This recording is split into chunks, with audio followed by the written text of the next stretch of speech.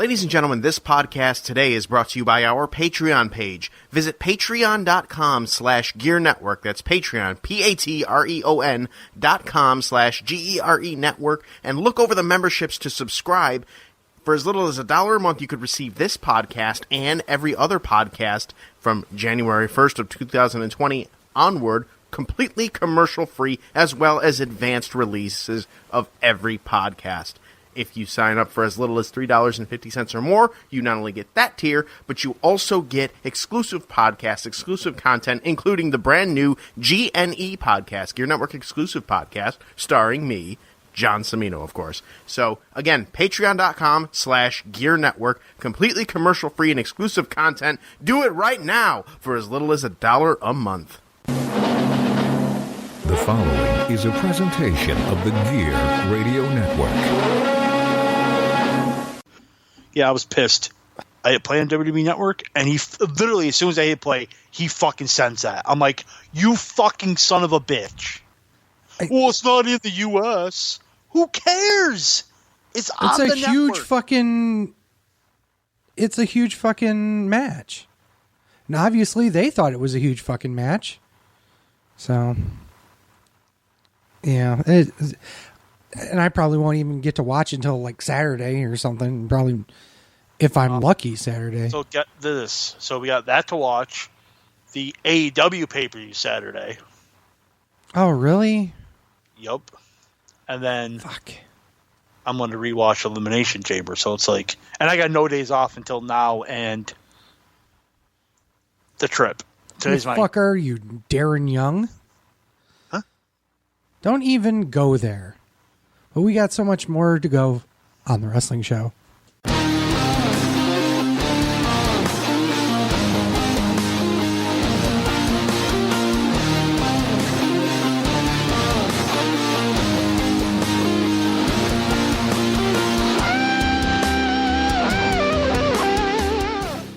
Welcome, everyone. This is Sleazy.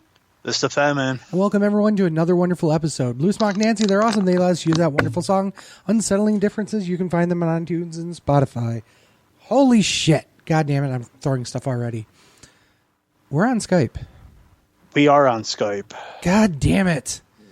So, because the work reason is Sleazy's back to his hermaphroditic porn collection.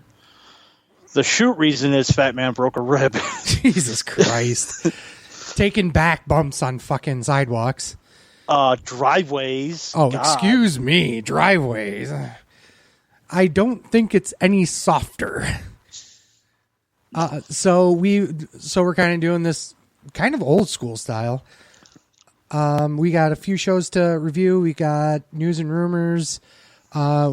We're taping this on the day of Super Showdown. We've already been spoiled on one stupid thing. But we will talk about that on the next show. Probably because it's going to be pretty important for the upcoming few shows, I guess. So where do you want to start? Let's start with Hard to Kill. Since, it was the first show we were supposed to cover after Wrestle Kingdom? Supposedly because, I knew you'd start with Hard to Kill only because it was chronologically first, because it just gets you. Yes, it irks me so much. You're the indie mark. You run this shit. Oh, hell no. Nope. Nope. Yep. Fuck you. Okay, so we start off with Ken Shamrock and Madman Fulton. What a start to 2020 for TNA wrestling. I don't really know what to say to this match other than a 55-year-old Ken Shamrock is probably the most depressing thing I've seen in a long while. Hold on, did I just want to make sure that okay. For some reason, I didn't look like I had Meltzer star ratings, but I do. Okay, so good. That's with 9 minutes and 19 seconds. Meltzer gave it 1 star. I think he was being very generous. I'm wrong. Oh, really? Wow. I think you were being generous. Matt-based match to start Probably a good idea since Shamrock is too old to have a fast-paced match. So many botches. Fulton legit looks like he separated his shoulder. Match should have ended there, but he continued working. Stupid decision. Yeah, it just... God damn. It just... God damn. That's all I can say. I mean, the man was past his prime 15 years ago. I really don't believe that he should be wrestling at this age, and Fulton tried to do what he could do for him, but it was just a sloppy mess. I gave it a half star. It was just garbage, and it really wasn't a good thing to open up a show with this, I thought, but they should have switched this match and the first match. Or the next match. Yeah, the X Division title was on Ace Austin versus Trey. Now, here's my problem with it, is that the X Division has such a legacy in TNA and in Impact Wrestling. This was a nice match, but it wasn't, blow off your socks amazing. And I think part of the reason why was that Trey really isn't a singles wrestler all that much, at least not in TNA or Impact Wrestling, whatever you want to call the fucking thing. It wasn't bad, but it made him look not as polished as probably some of the other matchups Ace Austin could have had with the rest of the roster. That being said, I'd give it 2 stars. It was like I said, it was okay, but it wasn't great. So I'm an overrating piece of shit.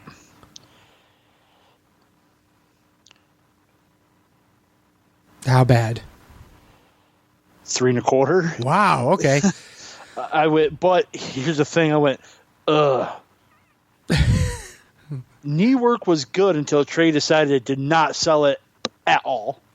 Yeah, that's where I say the greenness is kind of. But it was your typical X Division match. It was still good, but not great. That's it. Okay. So on that, we go to the Knockouts title. We're banging this one out. Taya Valkyrie, ODB, and Jordan Grace.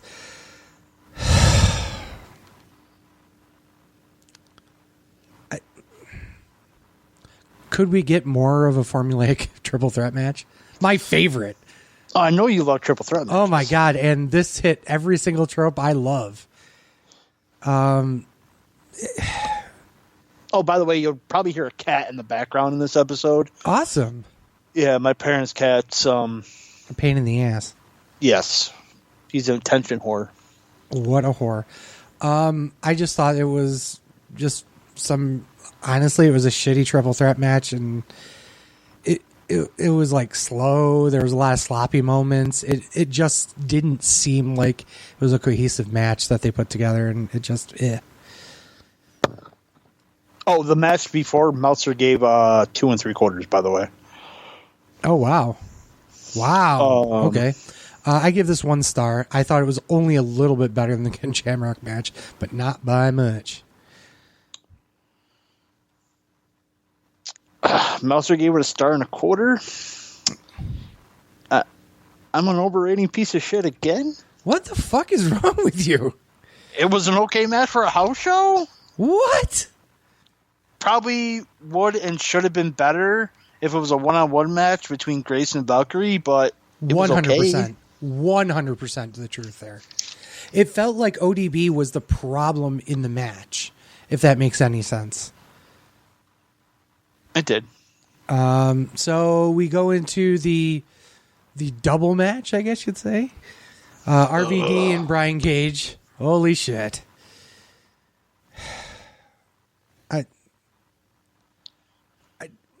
God damn it. What the fuck was this? These are 2 guys that really fucking know how to work, and they had a garbage match.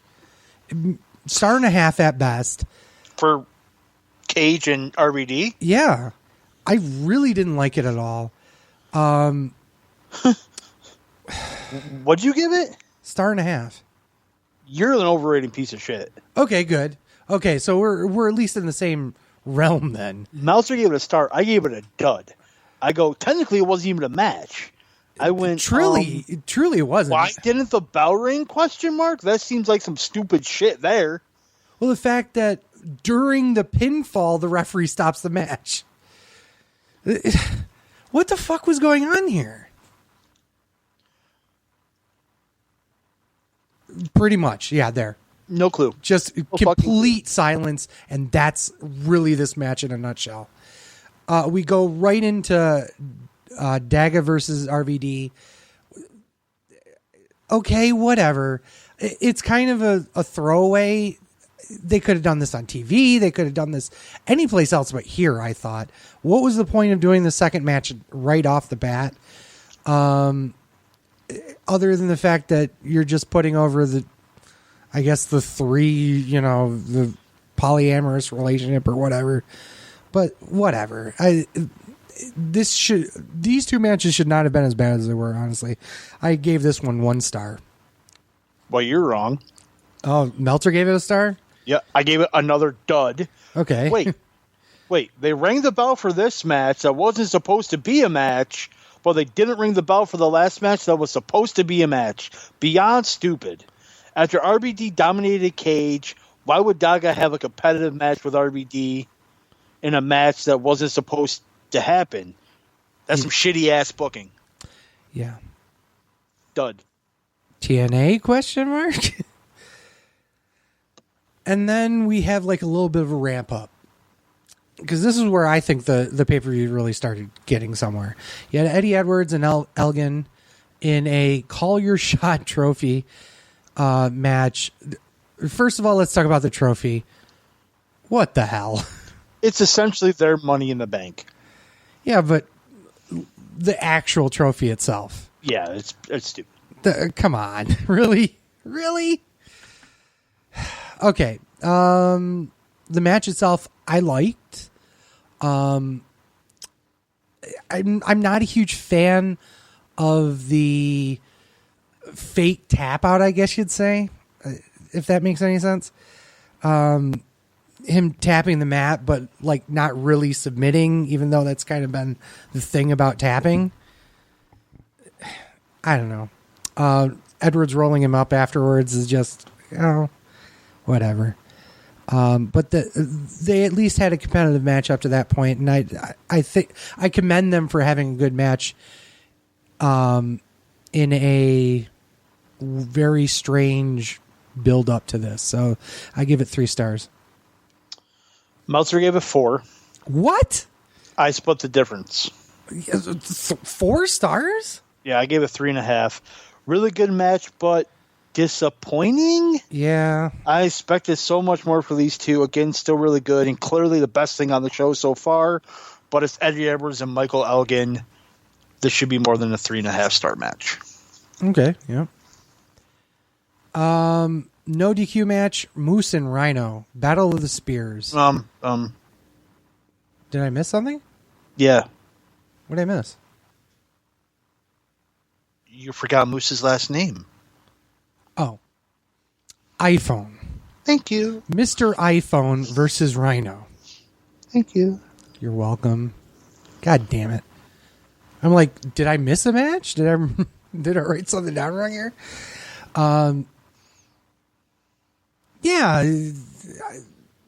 Yeah. Ref bumps on no DQ matches, huh?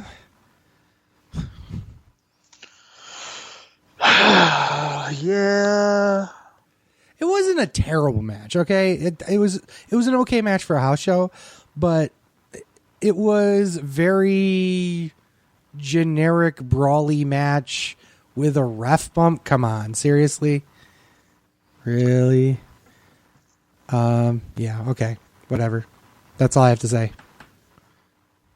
Star rating? 2.5. Okay match for a house show. Well, I'm wrong because Meltzer gave it 3.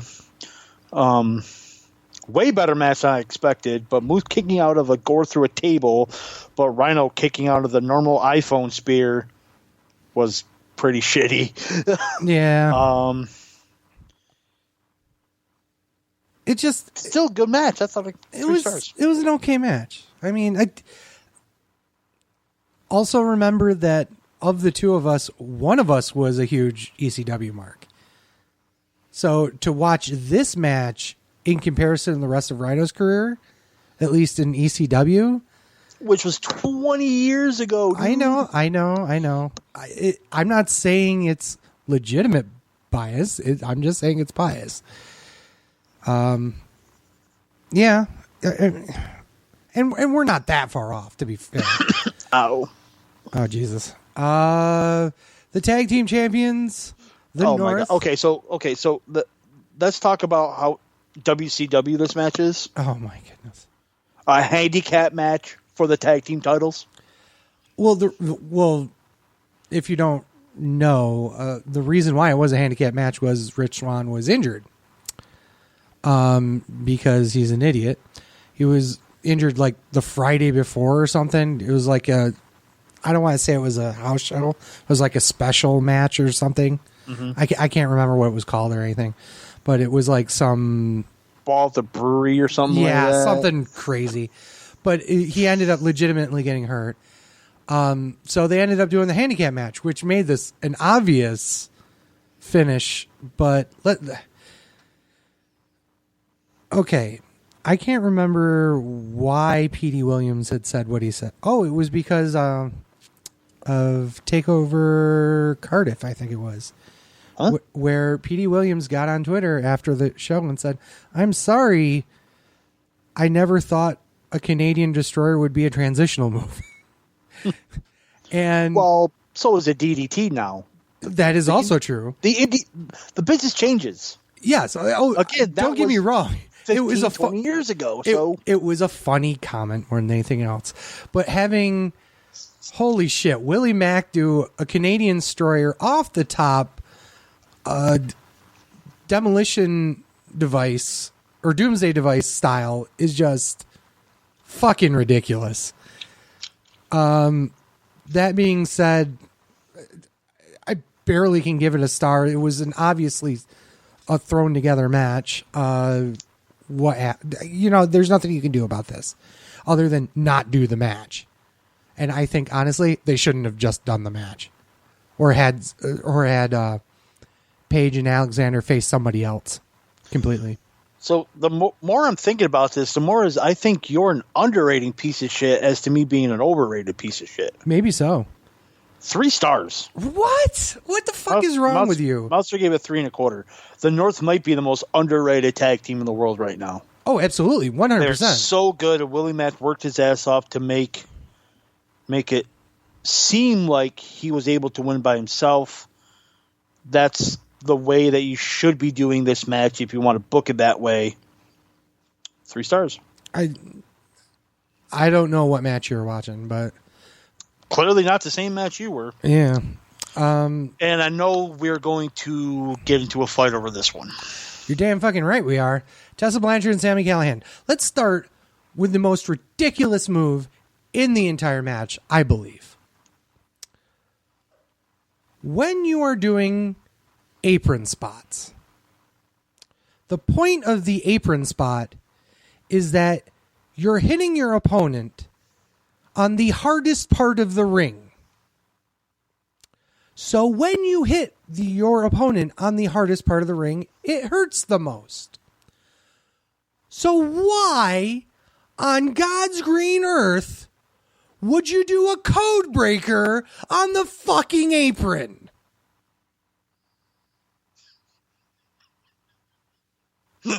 Fuck you guys, I'm out. Oh, shut the fuck up. Come on, get back here, you little whiny bitch. Come on. Stop being a mark. Get back I here, had Mark. to close the door, so whatever. Get back here, Mark. Okay. Oh, fuck you. Tell me that's a good spot. Please. It's not. Please. Besides that spot, did you like the match?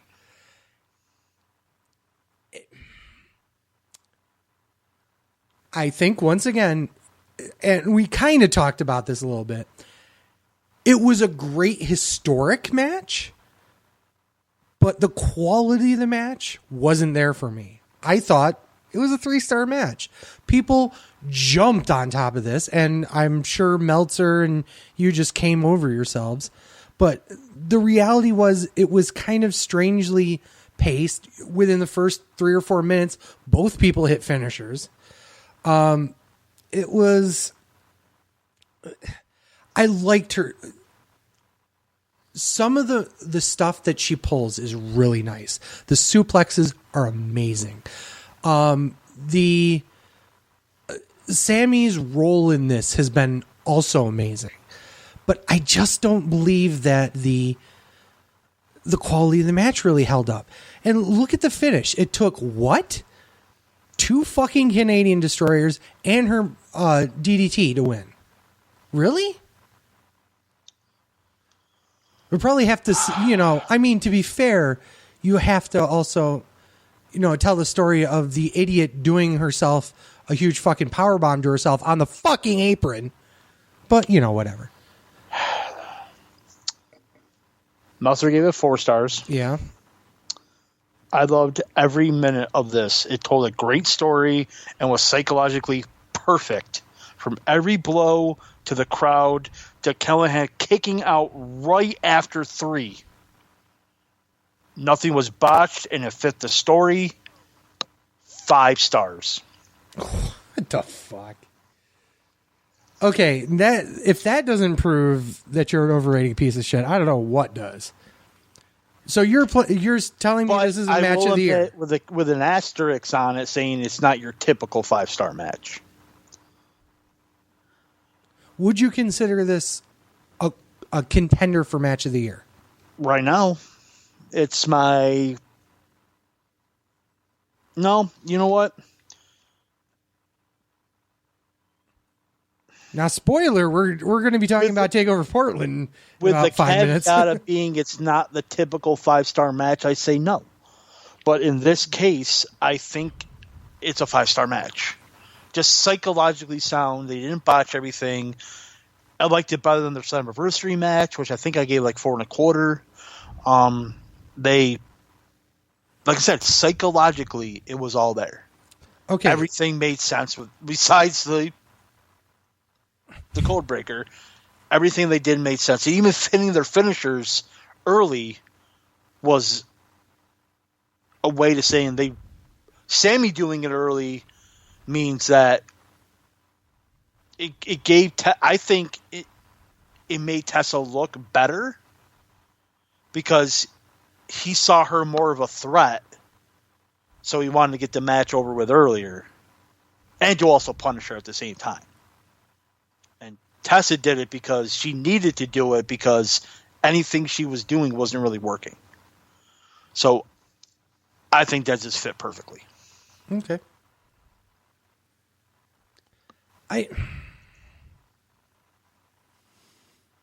I don't understand.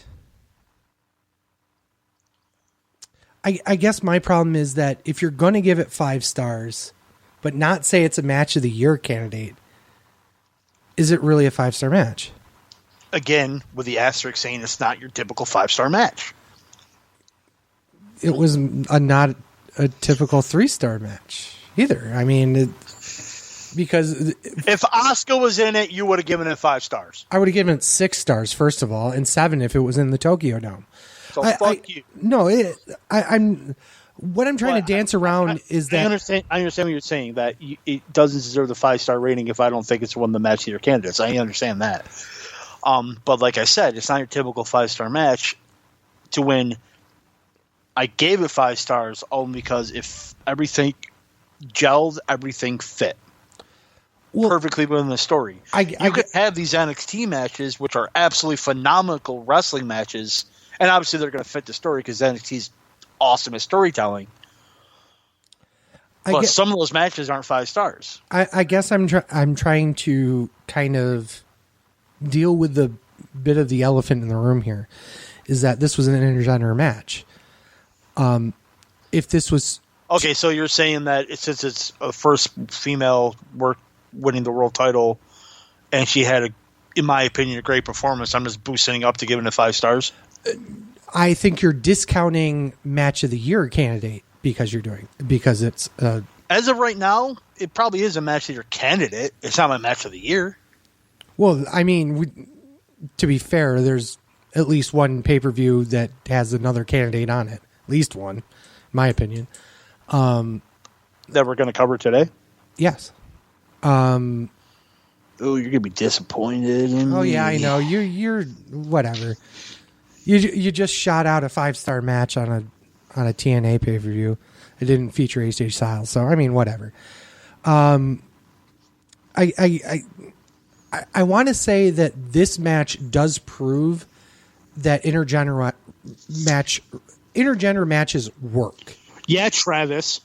They do. I mean, and Travis is not he is our local example of this, but there's a lot of people that don't believe that that's a legitimate thing. To the point where people like fucking, who was it? Goddamn, it wasn't Val Venus. He was bitching about something else. He was being a little fucking mark, for himself. But people were constantly complaining about intergender matches lately, and it's bullshit. And I feel like that this match should prove to everyone that A, it works, and B, as long as you tell the story correctly, it doesn't really matter. Because you're absolutely right in the fact that they went above and beyond to make sure the psychology of the match was absolutely spot on. And I 100% agree with you on that. They protected Callahan, so him losing to a female didn't hurt him. Right. That adds to the match. Tessa did just enough as, Callahan kicking out right after the 3 to win, which I think was brilliant. Most people are like, oh, that's shitting on her. No, I think that's perfectly booked. I think people look at that as shitting on them because Hogan used to do it all the time. True. So that kind of added to my star ratings too, to where Sammy in defeat still looks strong, while Tessa did just enough to win. So and people are going to probably shit on me for saying this. So she's even as a female, she's a vulnerable champion. Okay. Anybody can beat her any night. So it's the exact opposite of what's going on in the WWE right now, right, especially with the Universal title. So, and I'm not normally the person to have I mean, I don't like champions losing all the time, but with her, you're going to believe that she can drop the title any night. And it'll be believable. So when she wins, it's going to make that win mean even more, in my opinion. Okay. And so that's again, perfect. this all adds up to why I think it's a 5-star match. You'll laugh at me, but I like to make the parallel with Rio before she lost, in the fact that Rio's entire title run was her escaping doom rather than actually winning. No, I'm not laughing at all, because that's a great example. And by the way, I don't think she should have lost. Not to who she lost to, just the fact that she lost. She lost. Let's be honest. It was going to be either her or Kenny Omega, really. Huh? When she was going to lose the titles to. What? The epic rematch, Rio versus Kenny Omega. They've had it in the bedroom so many times, dude. Thank you. We've already been through this. Thank you. Okay. What's your overall thought of the show? I think the back half was really good. The front half was. I gave it a 6 out of 10. Yeah, it's fair. I enjoyed it, but there were times where I was just like, really. Where to next? Worlds Collide. Another one we should have covered, you bastard. God damn, pal. That took place January 25th in Houston, the day before the Royal Rumble. Yeah, it wasn't a takeover. It was this. It It seemed like a takeover. It might as well have been. Yeah, true. Finn Balor versus Ilya Dragunov. The match went 14 minutes. Fuck, Dave Meltzer gave it 3.25. Okay. I gave it 3. I give it 3.5. Okay, I mean, so we're all in the ballpark. Really good match. First of all, fuck Dave Meltzer. No, fuck Dave Meltzer. I don't think we've said that enough. Fuck Dave Meltzer. Really good match. Dragunov, while still green, continues to impress and improve. And if he gets his skills more redefined, he could be a great worker. And I hate to say, but a great foreign heel. God damn it. Where's fucking Sheiky, baby? Yeah, I thought it was a great showcase for him. Being thrown with guys like Finn and Cesaro is just a great tip to what they believe that they see in him. I mean, it must be... I could absolutely see him being a monster on the main roster, really. And I think that's what they're starting to build him up to already. He's definitely against the right opponents to make him even look as amazing as possible. I mean, especially Cesaro, but also with Finn. I liked how Finn was still, obviously we're going to talk about TakeOver later, but Balor was trying to be this whole, I'm coming back and taking over fucking NXT, and it really showed in this match. Yeah. Fatal 4-way match for the NXT Cruiserweight Championship. Angel Garza defends against Isaiah Swerve Scott, or, Shane Strickland. No, Travis... kill shot, motherfucker. Shane Strickland, or versus Travis Banks versus Jordan Devlin.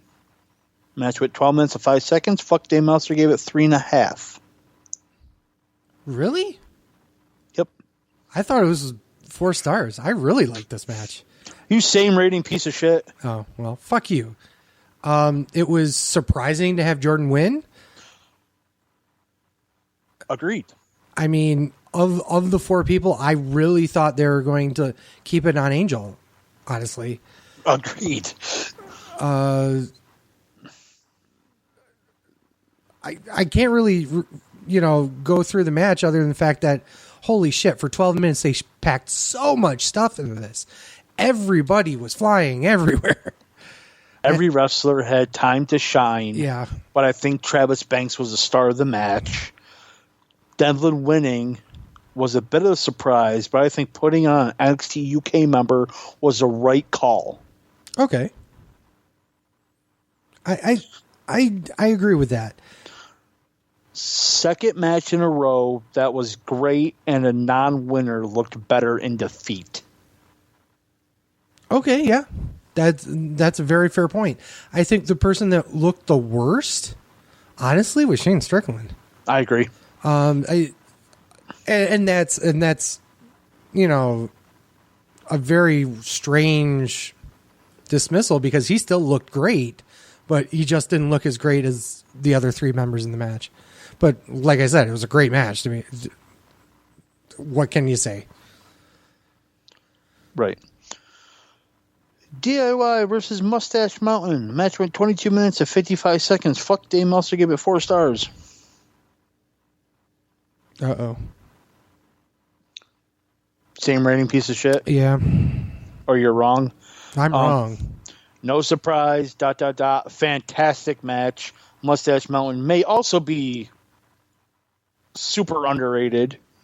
That no one really talks about them. The scary thing is, this match could have been even better. 4.5 stars. Yeah, I would agree with that. And that's part of the reason why I only gave it 4 stars. I think they could have done a lot more. It's sad that, spoiler, that Johnny turned on Ciampa, but oh no, what are we going to do? But at the end of the day, this is probably the last time you'll see these two guys team for a while. Probably until they make it to the roster and become generic tag team number 7, aka True. the Revival Part 2. And honestly, unlike the Revival, Johnny and Ciampa just like to perform, and I don't think they will be guys. And I hate saying it this way, but fuck it, I don't think they'll care as much as the Revival does about creative control and all that shit. I really don't think so. But yeah, match great, loved it. Okay. NXT Women's Championship. Rhea Ripley defends against Toni Storm. Match with 10 minutes and 15 seconds. Fuck, they also gave it 2 1/4. Sleazy. You're the women's wrestling enthusiast. Meh. This entire match was meh in a nutshell. I don't like Rhea Ripley. And more, every match I've seen with her, it just doesn't do it for me. I don't know why. Probably not Asian enough, but whatever. Stole my line, you fucker. Oh, good. In all seriousness, it feels like Rhea's being shoehorned into the next dominant NXT Women's Champion. You know, because we've had a lot of them in the history of NXT title. So it's like, okay, Rhea Ripley's got to face everyone now and beat the shit out of everyone. I really truly believe that Rhea's going to beat Charlotte at WrestleMania.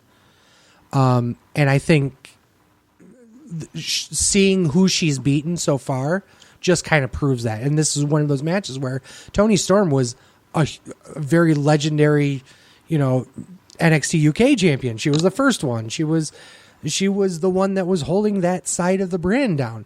So to have Rhea come by and basically have a 12-minute match or 10-minute match with her, that kind of was a match. I don't know. So 2.5 stars? Yeah, and to be fair, it made Ripley, they booked her so strongly in this. I'm a 1/4 star off of you. I gave it 2 3/4. It seemed like the longer the match went, the worse it got. It was weird. These two can have better matches than this. It was just missing something solid, but disappointing. Yeah. Undisputed area. Undisputed Era versus Imperium. Match with 29 minutes and 50 seconds, which, by the way, was shorter than what I predicted. Fuck, Dan Meltzer gave it 4 1/4. I'm wrong. Interesting. That kick by Fish to Wolf was sick. Great job for Drake, the official, if you don't know who that is, for noticing that Wolf was in a bad way. And then these are live notes. Just notice it. It's 2 heel factions facing off against each other. This should not have worked. Let's be honest here. This match should not have worked in any thought process. No. The match started out really slow, but they picked up in a big way. The last 10 or 15 minutes were great. I thought the right team won. I thought Imperium needed the rub, and great improvisation for only having a 4-on-3 for the whole match. Yeah, that probably killed a ton of spots. Mm-hmm. I gave it 4.5 stars. I thought it was absolutely fucking balls to the wall phenomenal. Obviously match of the night. It was hard hitting. It was everything you wanted. Like I said, this match should not have worked in any. Honestly, when they first booked it, I was like, really? That's what you're doing? Okay, whatever. It reminds me of a PWG main event. I think that, and I think part of it is the fact that 1, 2, 3, 4, 5, 6 if you count even Drake, were in PWG at one point. But it felt like just okay, U4 versus U4, go fucking do it. And they delivered in spades. They really did. One of the I agree with you with the fact that Imperium needed the rub. It wasn't going to hurt Undisputed Era to lose. And they're kind of starting the process of moving them away from NXT, I think, anyway. So, where do you see? I guess my question is, where do you see the brands coming after this? Well, first of all, obviously, you had the. What are your thoughts on Imperium winning, other than the fact that obviously they needed the rub? And where does that go for you in terms of NXT UK? It should bring the brand up. I think that's obviously the goal, is to bring more more eyes, if I know how to talk tonight, on the NXT UK brand. That being said, do you watch NXT UK? No. Neither do I. I think the only time we really watch is during their takeovers. Really, yeah. So even us doing a show, we don't watch. But I think it ends up being the odd man out, because there's just literally so much content that we, even just for doing this show, if you look at how much content we've had to watch just for a regular hour and a half show, we're watching on average 10 to 12 hours of wrestling. Never mind that you and I like to watch other shows. I mean, I like to watch indie shows. You like to watch, the weeklies on occasion. You like to watch NXT weeklies. We both like to watch Ring of Honor when it's not terrible. So we don't watch it. That's another show. Their anniversary show coming up. We got to cover. I actually got some news. And let me get rid of this. Okay. WWE in the calendar year of 2019 had 960 employees, 300 wrestlers. Wow. 100 out of those, 187 were active on TV, house shows, or injured. That leaves 133 wrestlers either training or not even on the 113. I'm sorry, 113 wrestlers training or not even on the road. And if you combined it with the statistic I gave you last time, how many shows WWE ran? 500 and something, yeah. Yeah, 560. Holy fuck. Goddamn, pal. Give some people a break. This is the perfect time to start doing 11-month work years, where somebody just takes a month off just to take a month off. Yeah, and your roster is so big that you can, and I understand you want people to have draws. Like, the big draw was John Cena. He has to be on every house show. He has to be on every Raw. He has to be on every pay-per-view. But the business is not built that way anymore, I don't think. You need to start, and we'll get to this when we cover Super Showdown next show. They got to have more trust in their active wrestlers instead of their part-timers. 100%. So you got to make them more. They got to make them more viable. That way, say Seth Rollins is burnt out, you can give him a month off. Right. I can easily say, and then you can have somebody step in. And it's only a month. Right. You can give him an injury ankle just to have time off. Or even better, make it an open part of the storyline. You don't have to break kayfabe. In heels, you can do that. Be like, you know what? Fuck you guys. I'm out. Yeah, but you can even do it from the face side. This is my last shot before I go for a while. I don't like that. I am at the best of my, or do it the opposite way, where I need to take a month off to really truly recoup and come back and be the best I can be to take that title from you. There's multiple different ways you could frame it as. I'd rather keep it storyline lines, not say, all right, it's my time to take vacation. See you guys. I'm not saying always do that, but I'm just saying that there's multiple different ways to go down that road. You don't have to call it vacation to say you need to take time off. I know. But no, I agree with you that certain superstars should get. You can do it in bunches. Okay, these 10 superstars will get this month off. Obviously, during WrestleMania season, it'd be a little hard, but you can work it to where they're at the big shows. Yeah, I mean, everybody can make WrestleMania. Everybody can make a Royal Rumble because you're doing 11 months. Mm-hmm. I mean, even you said 300 wrestlers. Yes. So. No. And only 187 are actually active. Okay, so let's say 187, 11 months out of the year they work, so you need about 19 people. That's 19 people. 19 people out, and most of them aren't going to be huge draws. Right. Let's be honest here. I mean, they're there to fill out cards. They're there to do the upper work rate matches, so to speak. Some of them are going to be NXT. There's less house shows now, like we covered last show too. Mm-hmm. So give them a month. I understand that. Or maybe if there's less house shows, but the top tier guys are going to be working those shows anyway.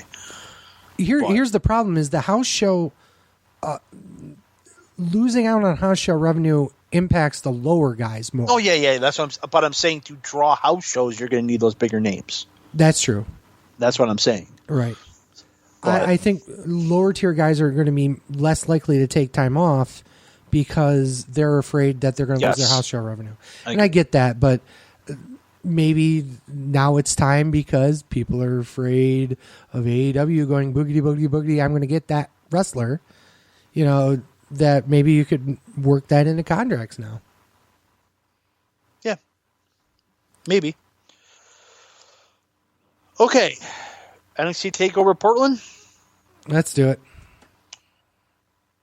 Having February 16th from Portland, Oregon. Wait, not where? Maine. Fuck Maine. Wait, no. Somebody cue up the Portlandia theme. NXT North American Championship. Keith Lee defends against Dominic Dijakovic. What in the fuck was that? Match went 20 minutes and 20 seconds. What a way to start off a pay-per-view. Fuck, Dave Meltzer gave it 4 1/4. Underrating piece of shit. Well, you're going to hate my rating. Oh, fuck you. 3 3/4. You piece of garbage. Great match, but Lee kicking out a Dijakovic's finish from the top rope halfway through the match, and a Spanish fly off the top rope, while one Keith Lee finish takes out Dijakovic is a big fuck you. I liked it, but probably not as much as everyone else.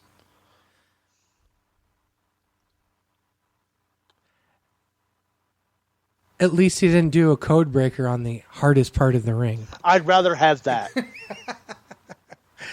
I loved it. It was the culmination of every match that they've had. They've built up to this. And to have these two for a title, absolutely amazing. And I absolutely loved it. 4.5 stars. I thought it was... Overrating piece of shit. Yeah. Why don't you go back to your TNA pay-per-views, okay? Okay. Let's continue on to Kai and Says Knox. the one who got the wrong pay-per-view. I got them both, actually. It's not even a pay-per-view. I looked it up. It Was it? It was an Impact Plus special. Oh, even better. Oh, I can't wait. Street Fight. Tegan Knox versus Dakota Kai. Match with 13 minutes and 24 seconds. Fuck, Dave Meltzer gave it 3 stars. Sleazy, you're the women's wrestling enthusiast.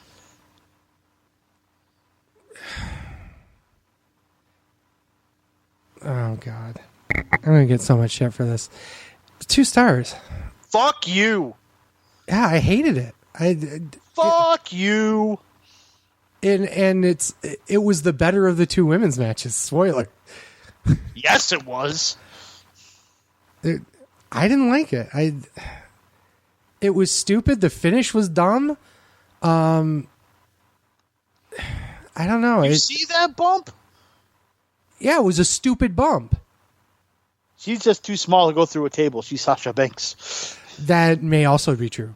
The finish I didn't like. I thought it was very spotty.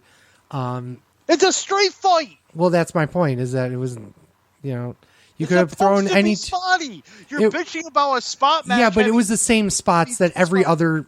No, it's not the fact that it's spotty. It's the fact that it's the same spots.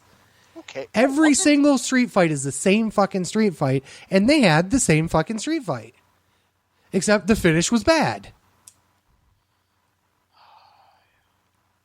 I gave it 3.5 stars. Of course you did. Because I'm right. Because really you're wrong. Good, intense street fight. That bump at the end was fucking sick. The finish, yeah, her coming down was kind of stupid. I would rather have Dakota Kai just win a street fight, but it kind of made sense because, well, not really, because Dakota Kai didn't know she was coming down. But Knox had her at the end, but this girl came down and who was it? Gonzalez? What was her name? Oh, I don't know. She was in the Mae Young Classic. Yeah. But so that was, you're right. The finish was kind of iffy, but I thought it was really intense and really good. Let me look. I'm trying to. Raquel Gonzalez. Okay.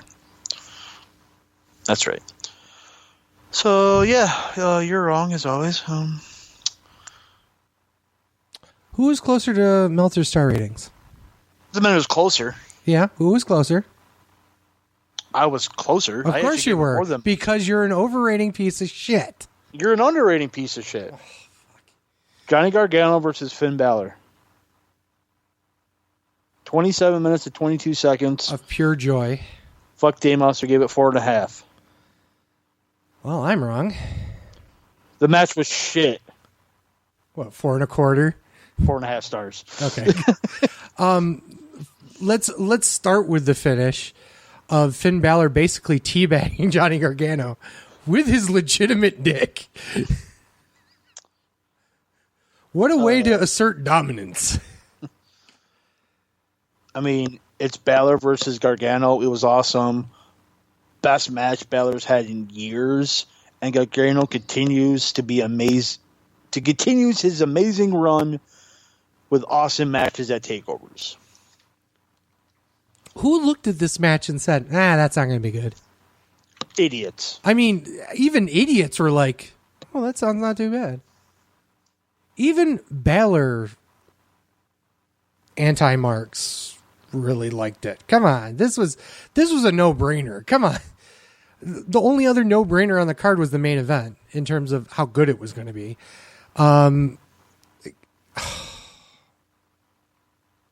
That's all I have to say. NXT Women's Championship. Rhea Ripley defends against Bianca Belair. Match with 13 minutes and 30 seconds. Fuck Dave Monster gave it 3.5. And since you rated the Street Fight 2 stars and said it was the better match. Yep. 1.5 stars. What in the fuck is Meltzer thinking? It was a garbage match. And oh my goodness. I remember all the times over the last 2-3 months I've been, putting over Bianca Belair. That's why I'm laughing so hard. I'm going to have to choke on this one because fucking hey, god damn it. Oh. You disappoint me, Fredo. You really do. I'm laughing because wait, did I just watch a good Bianca Belair match? Question mark? What is this world coming to? Yeah, and I didn't like it. She's still a long way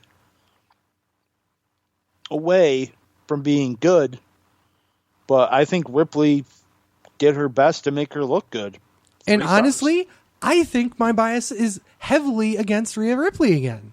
Right. See, I hate Bianca Belair, and I gave it 3 stars, so overcome your bias. But I think Bianca Belair was the reason why this match was so shitty. See, now you're looking at it. I turned you. See, I don't get it. Switched places. What the fuck happened here? We switched places. Oh my goodness. I thought Ripley carried her to a 3-star match. Come back here, Pill. I need you. Should we talk about your wonderful love for pills? Let's talk about Sponsored by the wrestling show Muscle Relaxers. When you're uterine lining looks like the elevator from The Shining. Stay free Maxi Pass. back to you, John. It's Matt Riddle and Pete Dunne versus the Undisputed Era. Oh, thank you. Technically, it was Red Dragon. Wasn't Undisputed Era. No, it's Red Dragon. Well, it used to be Red Dragon. Even fucking Chasing the Dragon. Sorry, I had pills in my mouth. Jesus Christ. And he actually said it like Yes, Nigel did too. I marked out.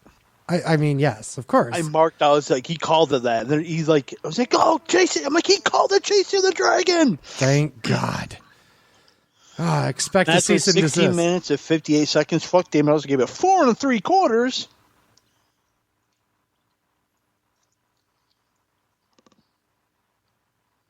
I'm wrong. Yeah, you are. It's 4.5. Oh, fuck you. It's only a half star roll. Actually, to be fair, I did also rate it 4.5 stars. And the only reason why I did is that I wish it was another 10 minutes longer. I love this. Is it me or did Bobby Fish get super gray? Yeah, I did. He looked kind of, and it kind of made him look old, obviously, but it also made him kind of look slower. He wasn't slower, but it just made him look slower. It's a very strange. Yeah, so it's like. Well, they also put him over on commentary as being the elder statesman of the team. I'm like, what? Really? Literally, in my notes, Nigel calling Chasing Dragon will never get old. I will always pop. Would have liked to see a longer match. Oh, yeah. But it's absolutely. still awesome for the time given. How old do you think Bobby Fish is? Without looking it up. The funny thing is, watching the match, I actually looked it up. Oh, did you? Remember. Okay. I think Kyle O'Reilly's like damn near 40. Kyle O'Reilly is 3 years younger than us. He's 32. No. Yes, he is 32 years old. That can't be right. Bobby Fish, on the other hand, is 43. That can't be right. Go ahead.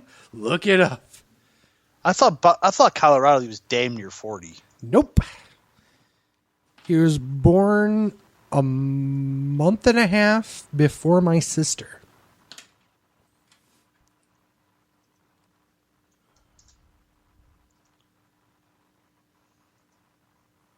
I swear to God, it's the Canadians. 32, you're right.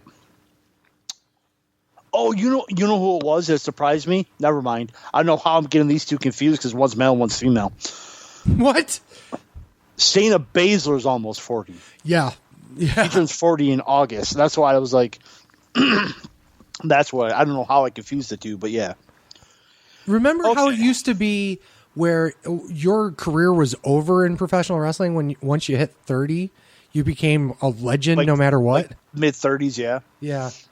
You're dead by 45 because of all the steroids. Thanks, Ric Flair. Fucking Flair. Goddamn Flair. Okay, we're definitely going to disagree on this match. NXT Championship, Adam Cole versus Tommaso Ciampa. Match with 33 minutes and 23 seconds. Fuck Dave Meltzer gave it 4 3/4 stars. I gave it 4.5. I thought it was just as good as wow. as the tag team championship match. Wow, okay. I could have sworn you were going to go 5 stars on this. No. It was, So I'm wrong. really? 4 3/4. Wow. Okay. Fantastic match, of course. Both guys worked their asses off. The Gargano heel turn was a welcome surprise. It continues the feud with Ciampa and Gargano switching roles, so it should freshen things up and make it more interesting. And the match quality between Cole and Ciampa was obviously amazing. I thought it was a great match as well. I think the finish,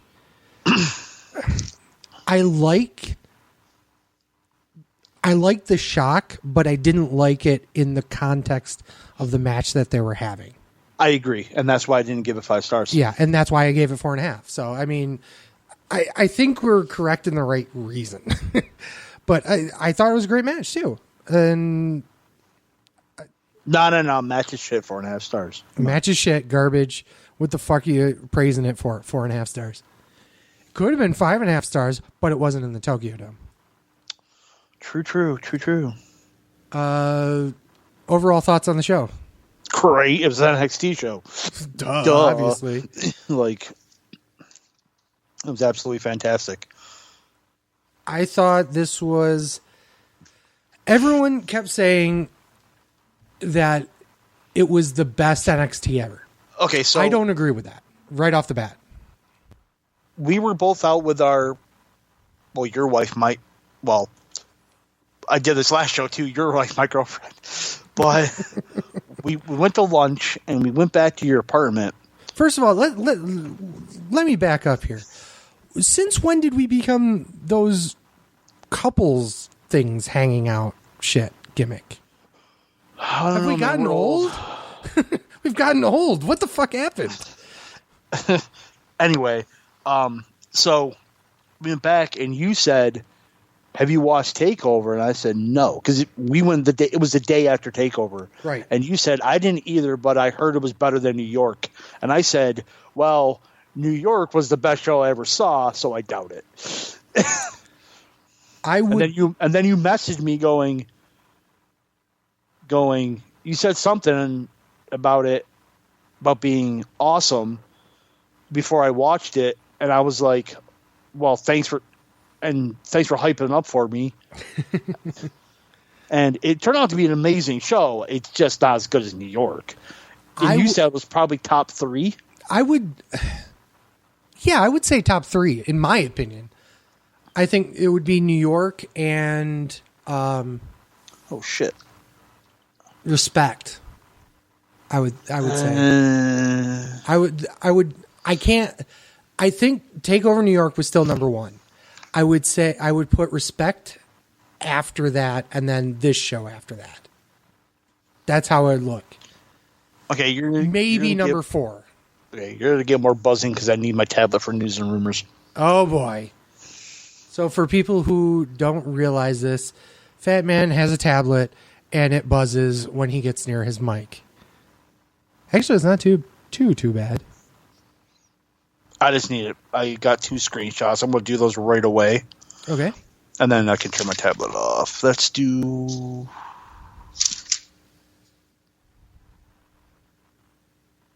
whatever. Okay, we're going to do that. MLW is accusing WWE of contract tampering with multiple talents. So... MLW is alleging that WWE has been tampering with some of their contracted talents, and as a result, the promotion has engaged WWE attorneys looking to put a stop to this reported activity. While no specifics were released on which talent WWE may reach out to, PW Insider notes that is not related to Harry Smith's appearance on WWE's The Bump this past week while still under contract to MLW. MLW claims that WWE's tampering is related to multiple wrestlers that they have significant evidence show this need to proceed in court. Recent contracts with the MLW have had their talent signed contain strict exclusivity verbiage. WWE sources downplay the severity of the alleged, quote, tampering, and MLW is hopeful that the conversations with WWE's attorneys will lead to an amicable resolution instead of heading to a dispute in court. So, in other words, WWE got caught talking to wrestlers the old-fashioned way, and now MLW wants a little bit on the side for them to go away. It's the pure Carney move.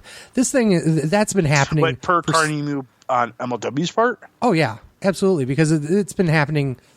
That kind of stuff happens and has happened for decades. You know, that ever since these exclusivity contracts started, this has always been the, you know, you tell Jeff to go ask Matt if he wants to come back. And technically that's, you know, that's okay legally because WWE is not contacting Matt, but Jeff is a free agent and that bullshit. So I wouldn't be surprised if that's what they found. And MLW has to play it up if they want to get a bigger settlement. That's where the carniness comes in play. I'm not saying that they don't have a legitimate case, but I am saying that they're carnying to try and to angle for a little bit more money. That's all. Because at the end of the day, WWE is just going to pay them money and call it a day. Speaking of money, fuck Dave Meltzer. Oh, God. Notes that there has been discussions between WWE and ESPN that would bring WWE content to ESPN Plus. The belief is that WWE is trying to broker a deal that would see them selling their rights to their pay-per-views to the streaming service that would ultimately allow the company to generate more revenue than they would if they tried to sell the content directly to customers through the WWE network. It is believed that the UFC model with ESPN Plus is what opened WWE's eyes. Okay, so I'm not 100% sure of how they do it with a UFC. Now, please tell me if I'm wrong here. So you pay $4.99 or $3.99 a month or whatever it is for ESPN Plus. Mm-hmm. Then you pay an additional fee for the actual pay-per-view. Yes. Okay. So in that case, they did the same thing with the Wilder Fury fight.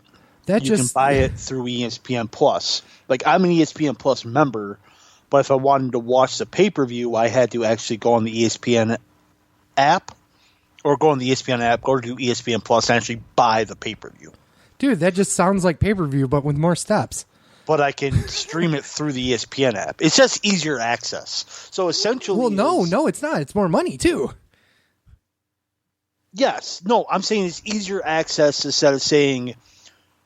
For a pure, say I have Dish, or say I don't have Spectrum, I don't have Dish, I don't have DirecTV, I have no cable, but I wanted to watch Wilder Fury. Okay. But I have ESPN Plus. I can go in and buy the pay-per-view and watch it on my ESPN Plus app. That's no different than what Fight TV was doing, except they don't charge a monthly fee for it. Correct. You're just buying the pay-per-view. So you're buying the pay-per-view and ESPN Plus. Right. And that's kind of my point, is that now I need another streaming service just to get the ability to purchase a pay-per-view? Go fuck yourself. Yes, I actually 100% agree with that. But from a business model... Oh, yeah, absolutely. I'm coming to make more money. WWE is going... Even if one person, say... WrestleMania is on there and only one person watches, they're still making more money than they would if 1 million people watched on the network. I agree with that, with the huge caveat, and this is what was strange to me, and I wasn't sure if this was actually true or if it was just people being, you know, whatever they are. The question was whether or not it was going to be an exclusive deal, so that the only way to watch WWE pay-per-views live would be going through the ESPN Plus app. And it just says bringing WWE content there. Nothing about exclusivity in my research. That could be a possibility. If it's exclusive, it is the biggest. It would be the biggest. It would be a bad move. Yeah, if you're adding to it, sure, why not? I can understand. So what I'm thinking WWE should do is keep it on the network, but also stream it on ESPN Plus. Also, you also got to think about this as a business perspective. ESPN now is paying WWE money for these pay-per-view rights, right? Mm-hmm. They got to sell that pay-per-view because it's on ESPN Plus. So say you're watching Duke, North Carolina, on the bottom left-hand corner would be WrestleMania this Sunday on ESPN Plus. Right. And they're going to start talking about it on SportsCenter. So that's advertising for the pay-per-view on ESPN. I'm not. Don't get me wrong. I am absolutely 100%. So you're getting behind this. More money, Yeah. just for the rights, advertisement on the biggest sports network in the world. Are you going to piss fans off? Yeah, you're in the fucking Twitter age. If I fucking farted right now and nobody heard it, somebody on Twitter is going to bitch about it. Yeah. Did you hear that fucking fat man on the wrestling show? Fucking farted. What a piece of shit. We need to cancel the wrestling show. And I'd be like, fine, fuck it. There's been a lot worse said than me farting on this fucking show. You Down syndrome piece of shit. So fuck you. I really do believe that. By the way, we do support people with Down syndrome, obviously. It's a joke. Oh my God, yes. That it's a joke. There's you guys are missing the point. Yeah. Fuck you. I hope you get ALS. Oh my God. How could you? So here's my hot take on this. Shock of shocks. If they're doing it to supplement, I'm all behind it. If they're doing it as an exclusive contract, it is, I believe, it's going to kill WWE Network. It will. It will immediately kill WWE Network because there will be literally no reason for me to have WWE Network anymore. Because 80% of the time I'm watching the current pay-per-views. That's it. Takeovers. NXT is now on USA. I can watch it there. Cool. But also, you can, but it's also the next day on the network. True, and I think that's a good thing because you have people you have AEW and NXT on the same time on the same night. Well, if I know that NXT is going to be on the network the next night, why would I watch NXT live? I can watch it commercial free the next night on the network. But that costs $10 extra. My YouTube TV subscription allows me to, tape both shows and then fast forward through the commercials for $0 a month. You can, it's not $0 a month because you are paying on top. That's my point. I'm already paying for. Yes. I'm already paying for network, so I'm actually saving $10 by doing that. And all the other content that I watch is Table for Three, which I've gotten all the way up to the end, so I don't have anymore, and Road Trip, which is I've gotten all the way up to the end, and I don't care anymore. So there is no reason for me to have the WWE Network anymore, if that's the case. That's why it would be stupid for them to be exclusive. On the other hand, it is the absolutely perfect vehicle for the WWE to pick up a casual fan here and there, because then they can sit there and go, well, maybe you don't want the subscribing service because subscription fatigue is a real thing nowadays. Everything's a subscription. You can say, okay, you already have ESPN Plus. Maybe try out WrestleMania this year for $20. Whatever. No biggie. No need to go and start a new streaming service. No need to do anything other than one time, check us out. That would absolutely kill, because I know a lot of casual fans that would rather do that, and they would probably make more money over the year, because if they did that for the big four, they're bringing $80 a year in for that viewer that would normally not be doing the network at all. Right, and also for it to be a bad decision for them to do it exclusively is also you get that casual fan to watch WrestleMania. Maybe they will buy WWE Network. Right. So it's which costs more than what ESPN Plus does. Right, and so they're getting their also you'll bring people over to WWE Network, and maybe they're not casual fans anymore. Maybe they become hardcore fans. And then they start bitching on the internet. Who will what? Start bitching on the internet like everyone else does. Right. Who will also pay money for the ESPN Plus subscription and the WWE Network subscription. One of the things, and this isn't specific to wrestling, but just talking about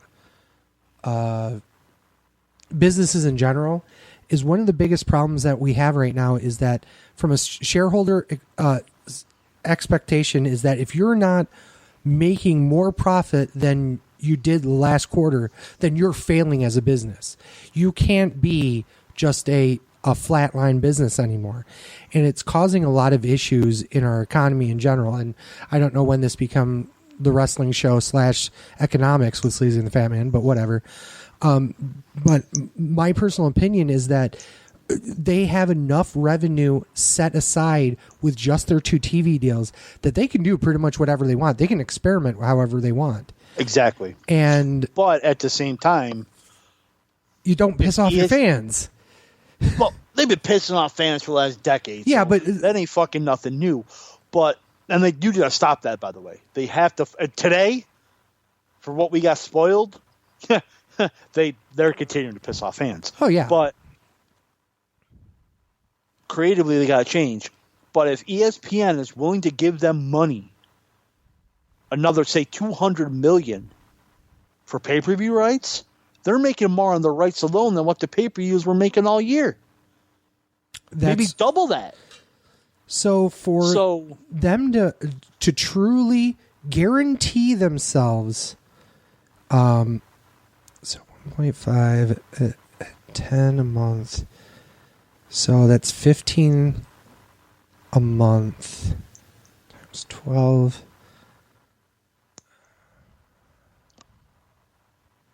So they got to make, so to break even, they have to make $110 million on exclusive deals. And for what the reported number is, it's about double that. And if that's the case, then they're idiots not to do it. Right. You know, and okay, cool, but it's still going to piss fans off. No, I agree. You're not going to be happy either way. But here's the reality of it. If everyone then unsubscribed from the WWE Network, they're still making more money. They're losing. What did WWE Network make? $15 million last year? It's $15 million a month is what they bring in. Their aggregate gross revenue. That's so 1.5 million. They have 1.51 million subscribers currently at $10 a month, and okay. They said about approximately, I think it was like 5% run through a 30-day trial. So on an average month, about 5 to 10% of their revenue is kind of belayed because of the fact that it's a free month. But also at the same time, they still got to pay for that month. They have to buy a month to get the free month. Yes, that is also true. But it's still, that's a month's worth of shit. They're not paying right, for. And that's where that 110 million kind of give or take, and those subscriber numbers change quarterly. So I'm doing it off of the last quarters and then just extrapolating it. That may change because of WrestleMania season. That may change because of a downturn in the business. It might change because there was a spoiler about a particular show about somebody winning something and everyone's pissed about it, and blah blah blah blah. Correct. So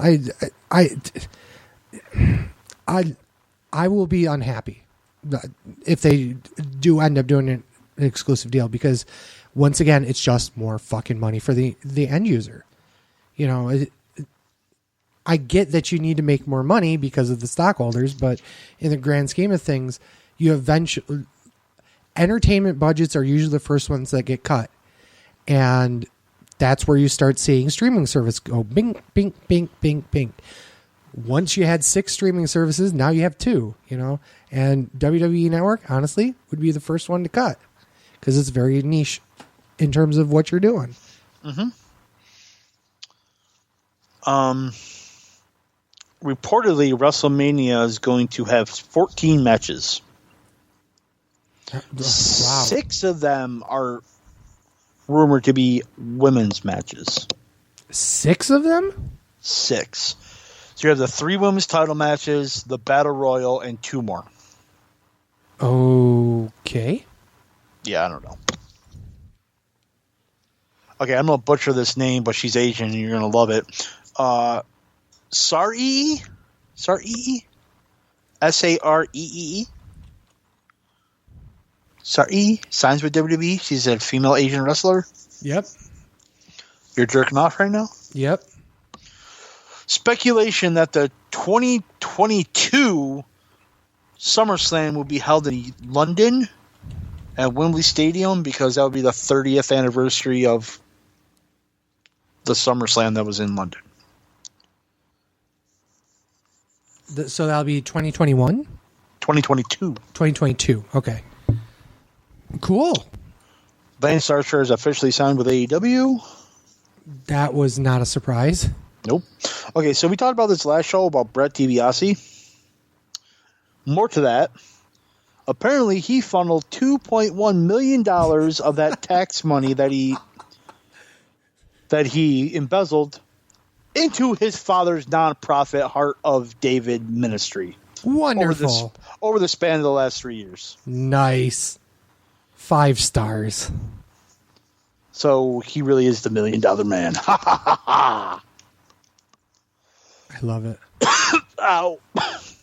Oh, he's dead.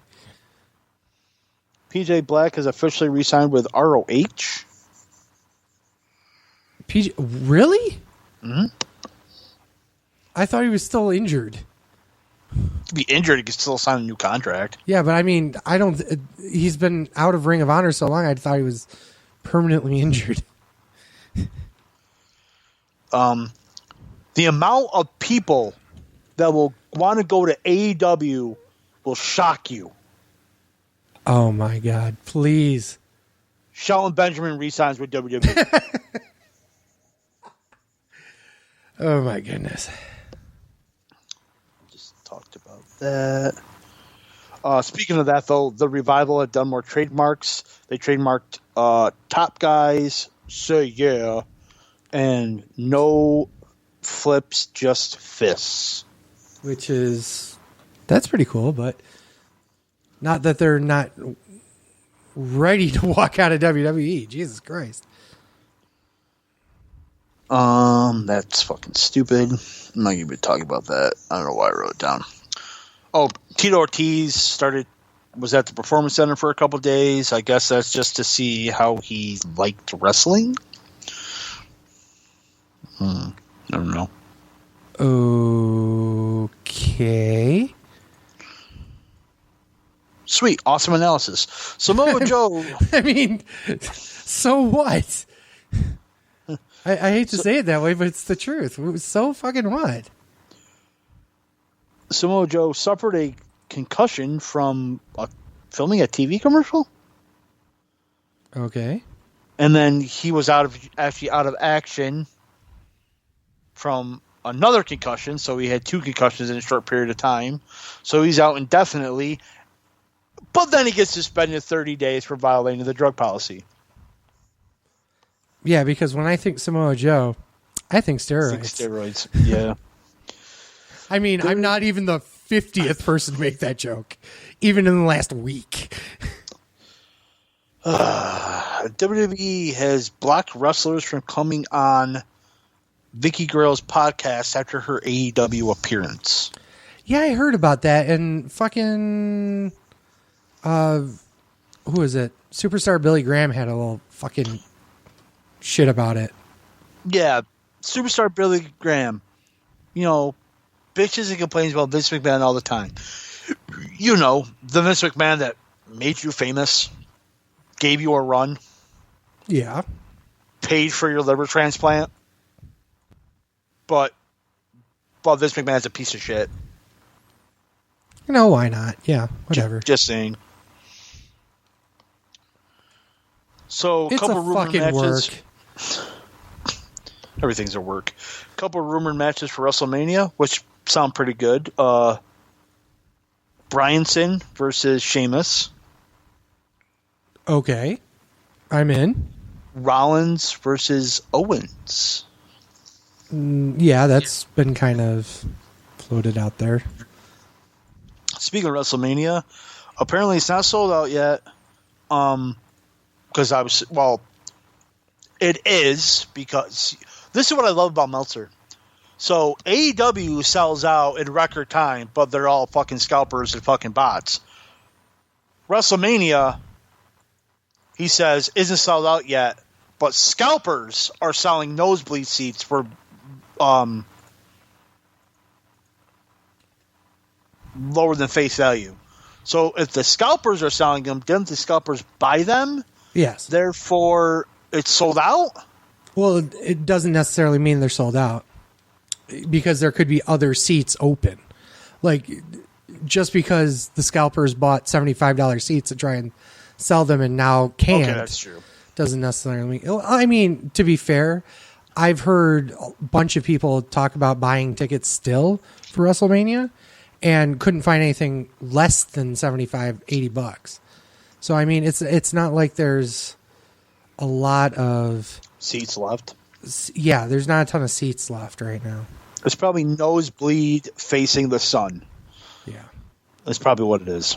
And we talked about this show, how MVP was in talks for being a producer for WWE. He has, in fact, been hired by WWE as a producer. Nice. Rusev is still under contract disputes with WWE. He was advertised for the Saudi show, but did not appear. Wait, what? Rusev. Oh yeah, that's right. He was featured on the thing, and then they pulled him off and went, "Nope, Rey Mysterio. Here you go." Okay, so I guess Tony Khan is like the Vince McMahon when it comes to creative. Everything has to get run through him, and he approves everything. Mm-hmm. But like Cody and the Young Bucks are the ones that come up with the creative, but everything has to go through Tony Khan, I guess. Okay. Thanks, Tony Schiavone. I appreciate this analysis. That's right, JR. WWE. What the fuck do you want from me? I agree, Excalibur. I agree, Excalibur. WWE is hopeful that Ronda Rousey will be back by WrestleMania next year. No one kicks out of the Falcon Arrow. That's right, Excalibur. Do you hear what I said about Ronda Rousey? She's going to be back next year, and I don't care. WWE's hopeful that she'll be back. back. Fuck. Hang on, I got a fart for that. Oh, God. Women's... Oh, no, we'll get kicked off. We'll get bitched on Twitter. NWA's women's champion Thunder Rosa was involved in a hit and run, and apparently no details on if she was the one doing the hitting or the running. She is selling her gear to help pay for the damages on her car. So she was the hit and run.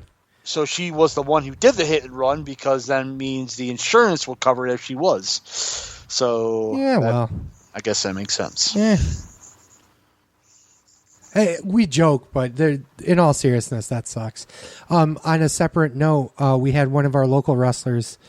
So they're used to working in Binghamton and northern Pennsylvania and all these horrible places, but they come to Rochester for one night, and their car. Wait.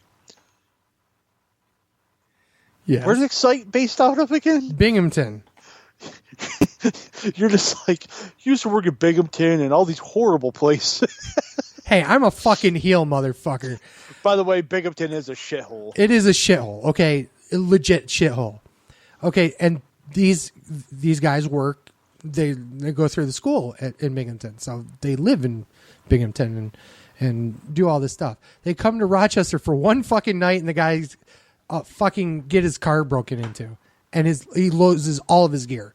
Somebody steals his gear, steals everything in his car. And you know how this shit is. They're just coming up. They aren't making shit. You know?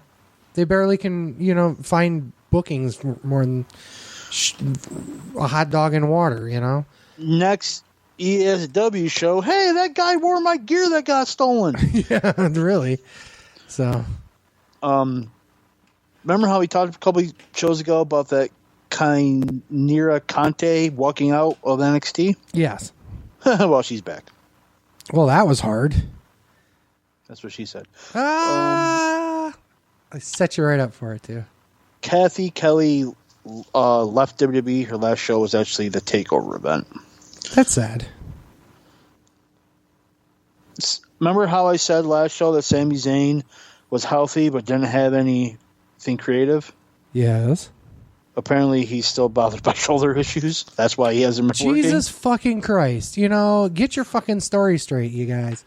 It's like these fucking dirt sheets don't know what the fuck they're talking about. Come on, Meltzer. God. God damn, Meltzer. So trustworthy, piece of shit. Meltzer, Fuck Court Meltzer. Bauer, and I can't remember the other dude. Huh? Court Bauer. Court Bauer Court is... Bauer runs MLW. Yes, and he's also a fucking gossip king. Who's the other one? Mike Johnson. Yeah, that's PW. Well, I'm Keller. Wade Bill Keller. Apter. That's who I was looking for. Apter. Yes. They're all fucking gossip. WWE apparently wants over 100,000 people at WrestleMania 37 in LA. They're going to get it. Because the stadium can be expanded to like 102,000 or something. Mm-hmm. They'll do it. They'll do it, and they're going to try and do it before, obviously, because Super Bowl is the following year or the year after that? Following year. So Super Bowl's following year, and then the year after that's the World Cup there? No. What's it? Or is it the Olympics? The Olympics is 2020... 28? I thought it was 24. No, that's in Paris, I think. Okay. 2020, yeah. 2028. Or maybe I'm wrong. Oh, God. Time to look it up. Because I know the World Cup's coming, too. But I don't know when that is. The World Cup, I'm pretty sure, was 2026. Yeah. The World Cup may be 2026. Why am I going to Spotify?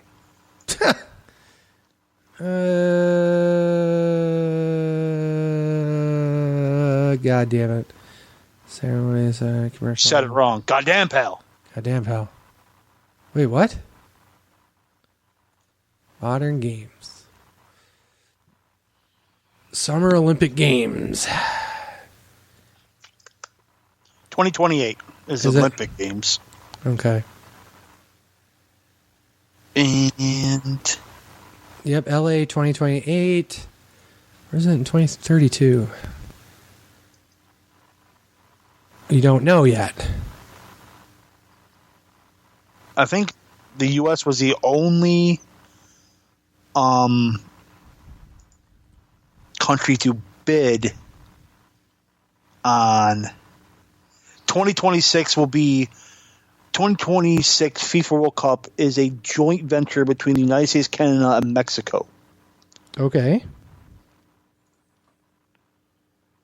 I don't know how this became the wrestling show / economics podcast / the sports show with Sleazy and the Fat Man. So Canada will have Montreal, Edmonton, Toronto, Mexico City, Monterrey, and Guadalajara. While the United States will have Los Angeles actually at the Rose Bowl. So not in here. MetLife Stadium, FedEx Field, AT&T Stadium, Arrowhead Stadium, Empower Field, that's in Denver. RNG Stadium is in Houston. Baltimore, Atlanta, Philadelphia, Nashville, Seattle, San Jose, Foxborough Stadium, Cincinnati, Miami, and Orlando. Jesus Christ. So it will be LA's will be the Rose Bowl. Okay. Cool. There's my answer to that. Okay. Two more. Sasha Banks will appear in season 2 of The Mandalorian. I think Fat Man's going to be watching The Mandalorian. I have to. My girlfriend's making me. Ha ha ha! And the last one I left on purpose to make Sleazy cry like a little bitch. Yes. Kairi Sane got married. Yes, I know. God damn it. Cry, bitch, cry. 1 down, 2 to go. Cry, bitch, huh? Oh, yeah, Io. Io and Asuka. Yeah. Well, I mean, good for her. She got married to... Evil. Yes. So, in theory, he wanted to stick his evil inside her. Okay, that's a deep, deep cut. I get it, but... He cut her deep with his evil inside her? What? It's an SNL bit. Okay, so since we've done no plugs, as usual... We keep forgetting to do them. I gotta start producing this more better. Hey, wait a second. I just want to point I didn't realize this. I'm looking through the IOC stuff, and one of the members of the IOC for figuring out who goes where for the Olympics, his name is Dick Pound.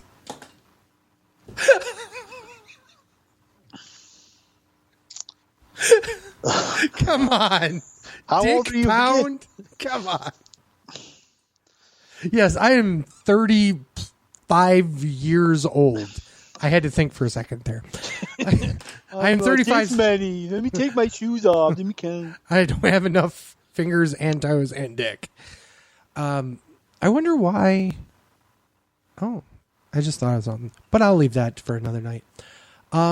Yes. So as always, Gear Network sponsors us, puts us out through all of the wonderful ways that you can get our show. Poor JC Money has gone to Facebook jail multiple times for our benefit, putting us over on Facebook. And I don't understand why. It's bullshit. So somebody's reporting his posts. Is what's happening. What? Somebody's reporting his posts on our podcast. Everyone's podcast, not just ours. Okay. Yeah. I was like, wait a minute, because I'm like, because he mentioned something when he posted the other last show about how he had to go to Facebook jail for us. I was like, wait, what? Yeah. I was like, what do we do? It was a bit. It was a bit. Oh. But yeah, somebody's reporting his post for some reason. I don't know why. But anywho, yes. So you can catch us, as always, like I said, on the Gear Network. So if you go to gearnetwork.com and go over that wonderful little spot that says support our show and go and check out some of those links, like for instance, Dollar Shave Club, and just shopgear.com. And well, yes, and also for shopgear.com, which forwards to the Gear Network Teespring store. Check out, buy some merch, but always listen to our show in its entirety from start to finish. Listening to the ads, yes, I know, is ads, but we like ads. Ads are fun. Fun are ads. No, in all seriousness, listening to the entire show does help us. So, once again, thank you for supporting us throughout all of this. Fuck you. So on that note, what do we got going on for the next show? We got... we need to take a quick 5 minutes and talk about Elimination Chamber, I guess. Even though we really don't know what's going on in Elimination Chamber. You want me to pull up the card? No. Just what we're doing, I guess. So, we got to talk about that off air, what we're doing. Yeah, nobody really knows. So, but we don't even know. We're definitely going, obviously, to Elimination Chamber. So if you guys see us there, don't hesitate to come over, say hi, take a picture, get an autograph from the most ending. Go ahead. What's that? Go ahead. Say what you're going to say. Oh, I was just going to say that if you come over, take a picture with us, get autographs from the most famous person of the wrestling show and Sleazy. Hey, I put you over every once in a while. But Hall of Famer, that's why. Of course. You haven't brought that up in a while. So there's been one match announced. It's not even... Women's Elimination Chamber match. Natasha. Liv Morgan. Okay. Sorry, pills are kicking in. Sonya Sonya Deville, Ruby Riott, Shayna Baszler, and Asuka. So the number of women I would fuck in the Elimination Chamber is 1. I do probably 2. 3? Maybe 3. 2, maybe 3. 2, maybe 3. Okay. Guess which 3? Liv? Yep. Not Asuka, not Sonya. Not Sonya Deville isn't even in the match, you idiot. Oh, it's Sarah Logan. Sarah Logan, which I don't think you'd do. Well, maybe you would. No, you wouldn't do Baszler. Mm-mm. Who am I missing? Natasha. You wouldn't do her. Yes, I would. Really? You would? And Asuka. You would not do Asuka. I'd do Asuka. Okay, well. This is new news. I mean, hashtag Sasha's hotter. Hashtag doesn't matter. Hashtag Hashtag house house show. show. Yeah. Well, if I had to marry, fuck, kill, I'd definitely kill Asuka out of all of them. That would be an interesting marry, fuck, kill. We're going to have some... Would probably marry Natasha and then fuck Liv Morgan. Okay. I appreciate your choice. I also understand how wrong it is. Sleazy will kill everybody and just marry, fuck, and kill Asuka. Wait, what? You Benoit her. Wow. I love it.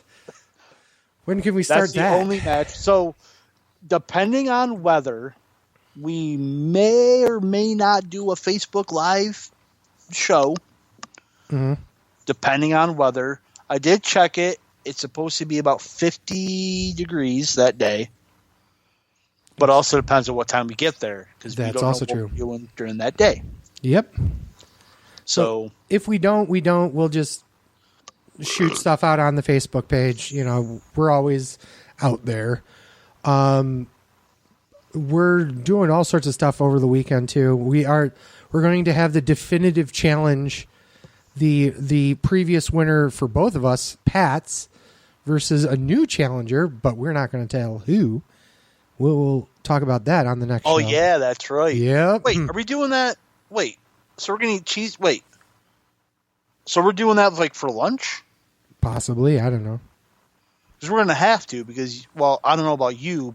Well, wait, no, I know about you because I'm going to the Sabres Flyers game the night before with Swarley. Yep. Where are you going? Some little no-name place. Of course, it's an Asian place. Of course it is. It's Morimoto's.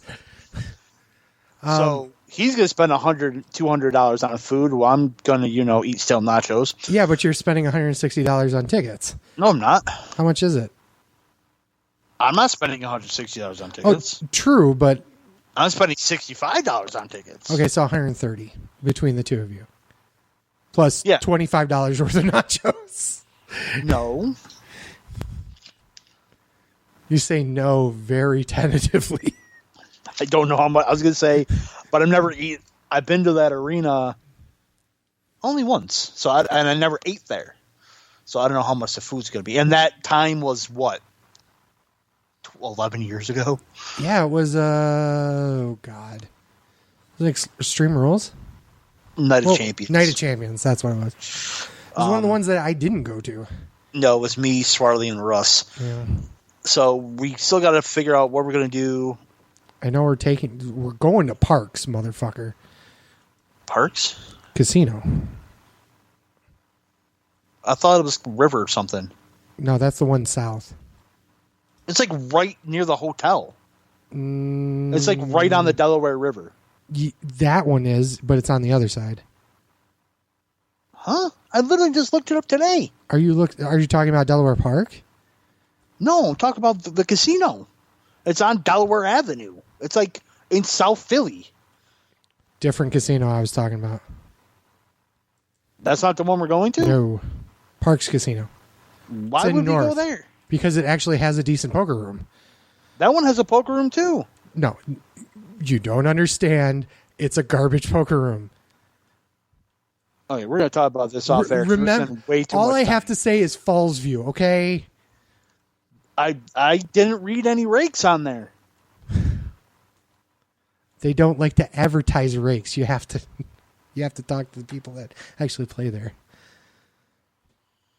Now I got to think this whole thing over because I had a plan and how much money I got to bring. Now I got to look this shit up. Oh God, here we go. All over. It's fucked. That's why I looked it up before because I'm like, oh shit, I need only this amount of money I'm planning to bring. Well, I mean, no matter what, it's the money that I plan on spending the whole trip is what you're spending on dinner one night.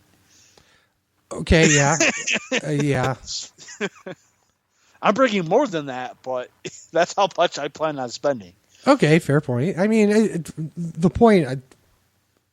Okay, whatever. I guess my thing was that. So we're going off a way tangent like we always do. What the fuck? As usual. Who's fucking... Are you getting text too? Oh, no, wait. That's just me. Nope. That's you. Oh, God. You're getting a text? I'm getting emails, actually. I thought they were texts. It's about hermaphroditic porn. It is. It truly is. But, yeah, whatever. It's Rivers Casino Philadelphia is what you're talking about, right? Yes. Yeah. So let's go back to the Rivers Casino. PRAX? Yeah, PARX. Or PARX, yes. What the hell is that?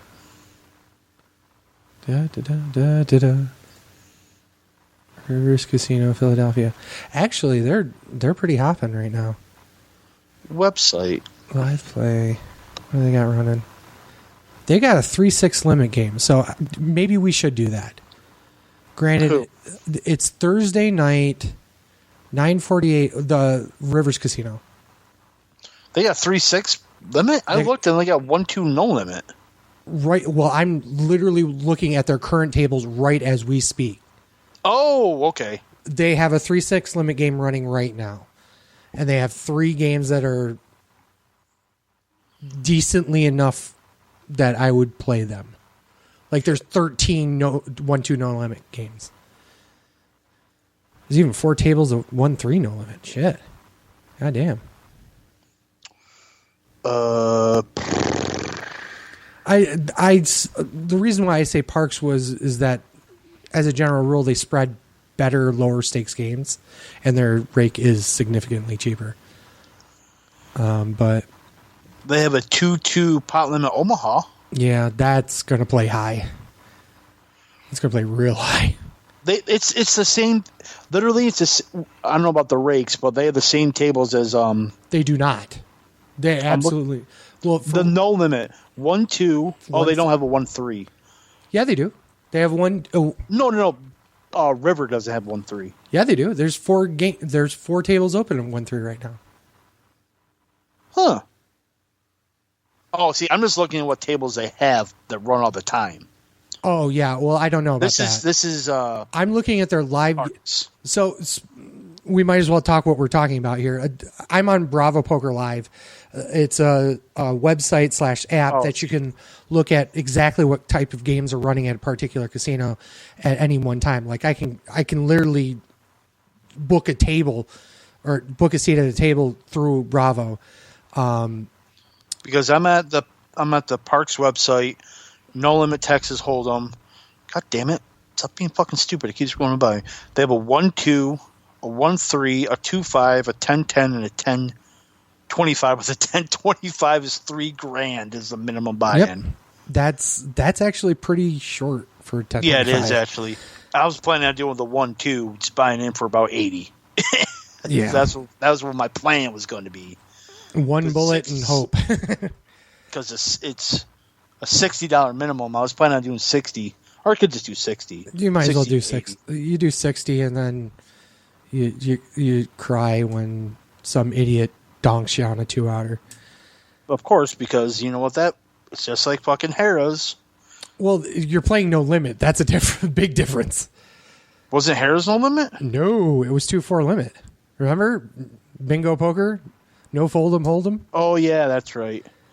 Their limit, they have 4, 8, 6, 12, 15. Well, obviously, 4, 8, 6, 12, 15, 30, 40, 80, 70, 150, and 150, 300. I wouldn't mind playing their 20-40 or 40-80, but I'm not rolled for it at all. But Parliament Omaha, 2-2 with a $100 minimum buy-in. that's not bad.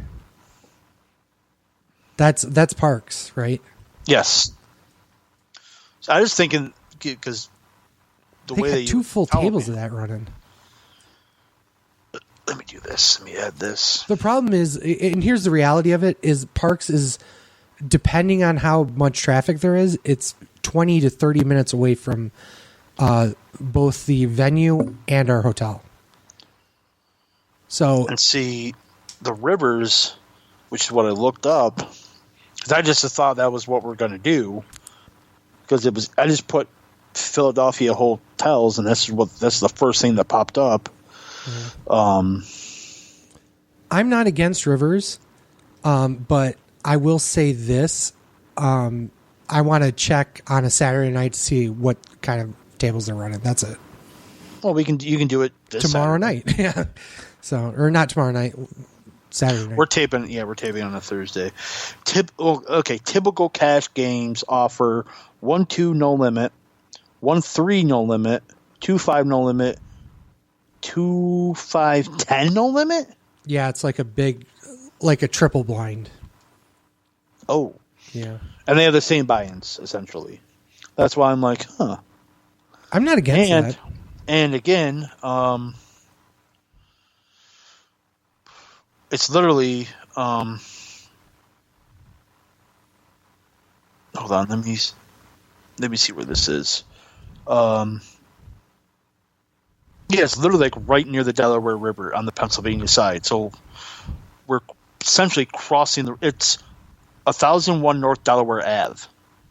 Ooh, there's a Dave & Buster's. So let me see where. Oh, well, I zoomed out way too far because now I have a global view. Oh shit! Okay, I so the guy that runs the Rivers Poker Room came up from Tampa, and actually I know him from 2+2. That's amazing. That's cool. Anywho, so now that we're done with that complete side topic, and we've gone nearly 2 hours, I think it's time to call this one a night. As always, like us on Twitter or follow us on Twitter at Sleazy Fat Man. I'm TWS Sleazy. Fat Man's at TWS Fat Man. We're not on Instagram yet. We probably will be soon. I tried. So funny story. I tried to get us on Instagram, and it blocked our account immediately. You know why? Because some asshole's name is Sleazy. They wouldn't let me do a handle with Sleazy in it. Oh, Yeah. So I'm fucking gimmick infringement, motherfucker. Yeah. So I'm still working with their support to actually get it. Shit, I need my fucking phone. Someday we will get that going. But that's pretty much it. So for Sleazy, For the Fat Man. this is the Wrestling Show. Thank you guys so much for listening. Peace.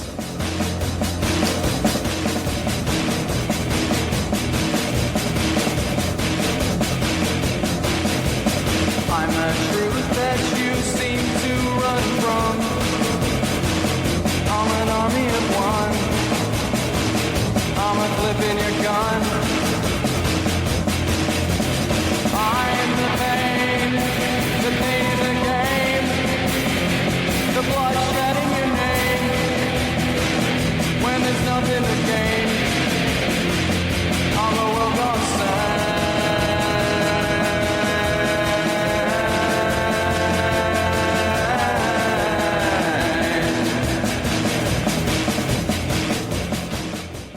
The preceding presentation has been brought to you by the Gear Network.